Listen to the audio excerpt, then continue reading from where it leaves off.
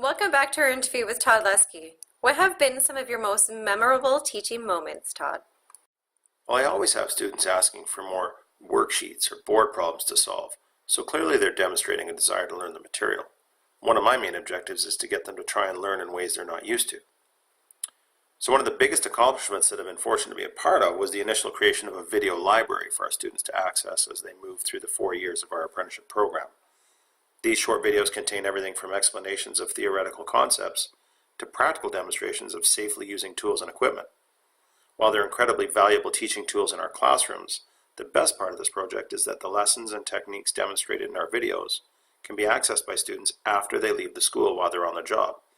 And that aspect alone provides an educational relevance to students that they may not have previously realized, and they're much more engaged with our material now as a result.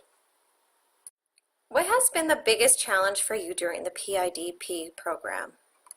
Overall, the content of the program was really easy for me to get through because it related directly to my work and I still apply those lessons daily. The biggest hurdle has been managing the coursework and its daily applications while maintaining my role as a husband and father. For me, life and work intersect constantly and it can be really difficult to manage at times. Interestingly, this ongoing challenge also serves as a vital lesson because it reminds me of what my students are going through as they manage their own learning and lives. In the end, any empathy I develop for them helps me to become a more reflective practitioner.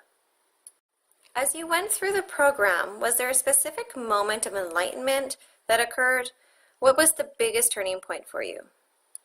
Well, undoubtedly, each course had specific relevance, but things all really started to click together when I finally took the course on curriculum development. That one's intended to be taken early on because of its overarching relevance to the program, but it was my 4th course out of 6.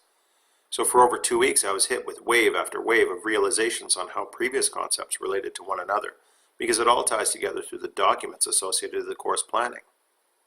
From that point on, my own professional practices became much more effective and structured because of that recognition. What would you say then has been the key insight that came out of this experience? Because adult learners are so driven by the need for practical and relevant material in a time-specific manner, it's crucial for me to have a complete functioning design for each course I teach.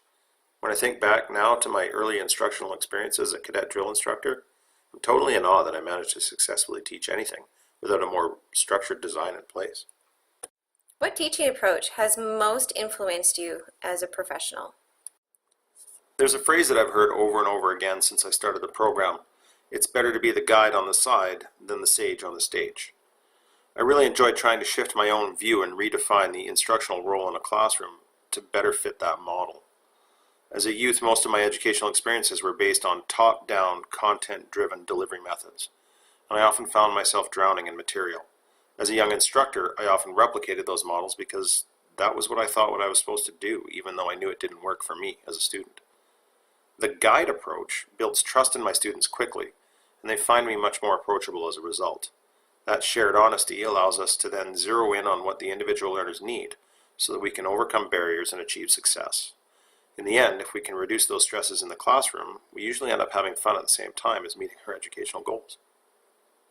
It's pretty clear that your experience in this program have informed your role as a professional, but once you complete the program, how do you intend to continue that growth? Well, honestly, I don't think growth will be a problem as long as I can keep practicing the things I've learned. Lately, I've been acting as a mentor to a number of new instructors in our department, and helping them has challenged me to become more aware of my own assumptions and to reevaluate what I see to be the priorities of our program. What I've come to realize most is that the role of any facilitator or instructor is to provide the individual learners with the tools they require to meet their goals. While the material may be the same, every learner has very individualized experiences and conditions which will change the way that the content needs to be communicated. If I can manage to stay invested in the success of each individual, the conditions of my classroom will always be in a state of flux, and responding to those changes will force me to continue my own learning and my professional growth will follow. Well, that's all the time we have for tonight's show. Thanks for taking the time to look back on your journey and to share your experiences with us. Hey, the pleasure was all mine.